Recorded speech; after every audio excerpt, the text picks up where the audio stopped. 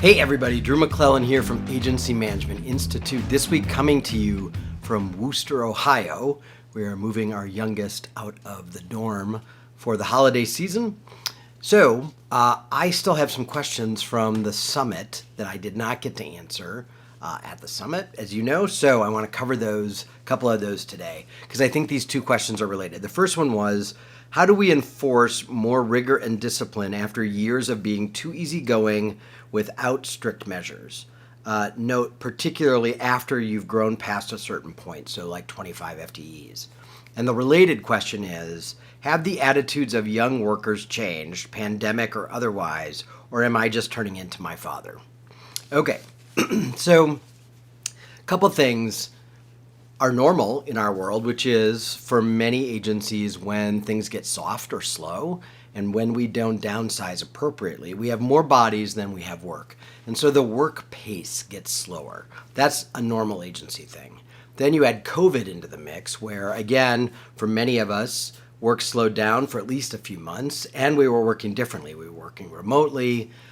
We were being super flexible with our people because one, it was COVID and we were trying to be kind human beings, but also two, because we didn't want to lose them, and three, because it was a pandemic, and so we were just sort of inventing it as we went along. So there was a lot of more flexible work schedules, more fluidity in the work schedule.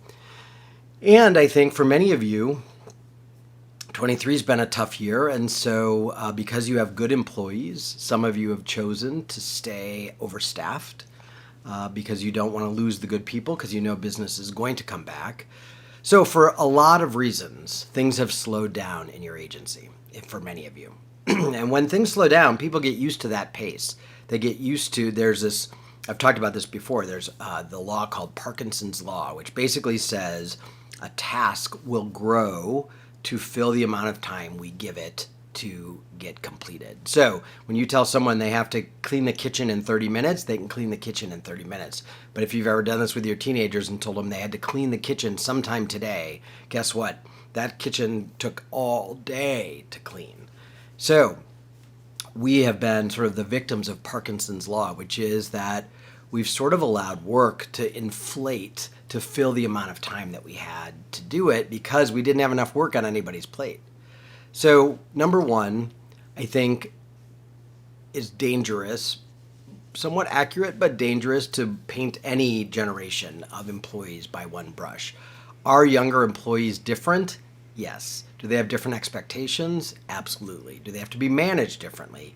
Yes, they do. So in many cases, they have not been called to rigor. They have not been held accountable to a job. They have not been asked to sort of step up in the way that when we started our careers, we were immediately asked to step up into. And then they came into a soft workplace where there really weren't a lot of demands on them. And we were super good about, look, it's an 8 to 5 gig and you don't have to work lots of extra hours. They're not working the 60 hours that some of us did when we started in our career. And honestly, as bosses, that's not what we want them to do either. But I'll tell you how you move from sort of fat and happy to more rigor and discipline. And the way you do that is by helping the team understand what the old way of working has been costing you. And you make them understand that there are financial implications, there's growth implications for them and their teammates, and you start to map out what rigor and discipline brings, not only to the agency, but to them as individuals. And you build out a program where they benefit when the agency gets more profitable and more efficient. And so, again, if you pull the two levers of AGI and profitability, and when we hit our AGI goal at a certain profitability goal, then everyone shares in that, it really does change the attitude and the behavior of the employees. They begin to understand how they are contributing. Because here's the deal, your employees either help you make money or they cost you money with every decision they make. But they don't really understand that. They don't understand agency math. So number one, they have to understand the why and what's in it for them. And there has to be something in it for them. It can't just be all to our benefit as the owners. So that's number one. We have to help them understand the cost of our slower pace, our less rigorous work, the mistakes we make, those kinds of things. That's number one. And number two is agency owners, rightly or wrongly so, are painted with the brush of that, we have a plan of the month or a plan of the week. We read a book and we're all excited about implementing the book, or we try a new software and we're gung-ho on the software, but our resolve softens over time. And so sometimes your employees are like, yeah, this is just his or her thing of the month. And so I'm not going to get all whooped up about this because I'm not really confident that this is really going to stick. And so I think you have to implement the changes sort of intentionally, but with intervals. So, hey, this quarter we're going to make this change to get us towards the more rigor and discipline. This quarter, after we've that one's stuck and the habits are formed, we're going to add to that. So we're not making that go away, but we're going to add to that by doing this next level.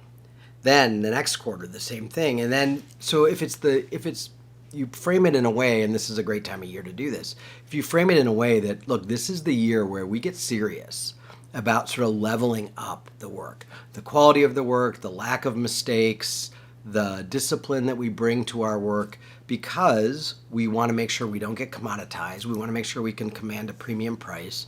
And after 2023, we really need to focus on growth. And to focus on growth, we have to get it right, both for our existing clients and our prospects.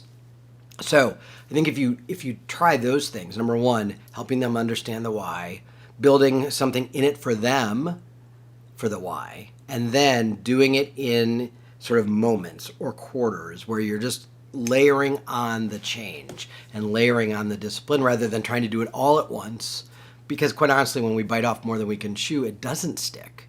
And then we just reinforce the idea that they don't really have to listen to us when we talk about change, because we change our change all the time. So those are the 3 steps that I think will help you add more vigor, add more discipline. And you know what? Some of your employees aren't going to like it. And that's okay, regardless of their age. They might be the younger ones, they might be the older ones. If they can't perform at the level you want them to perform, then go ahead and let the pressure of the job teach them that and teach you that, and then help them find a place where they can be successful, because long term they're not going to be successful at your place. And that's okay. And I think you'll be surprised how many young people actually step into the discipline and rigor. So I don't think it's that they don't want to work hard. I think they just haven't been taught how to work hard. And so we can teach them that. All right? That's it for today. Sorry this was a long one, but it was a complicated question. I'll see you next week.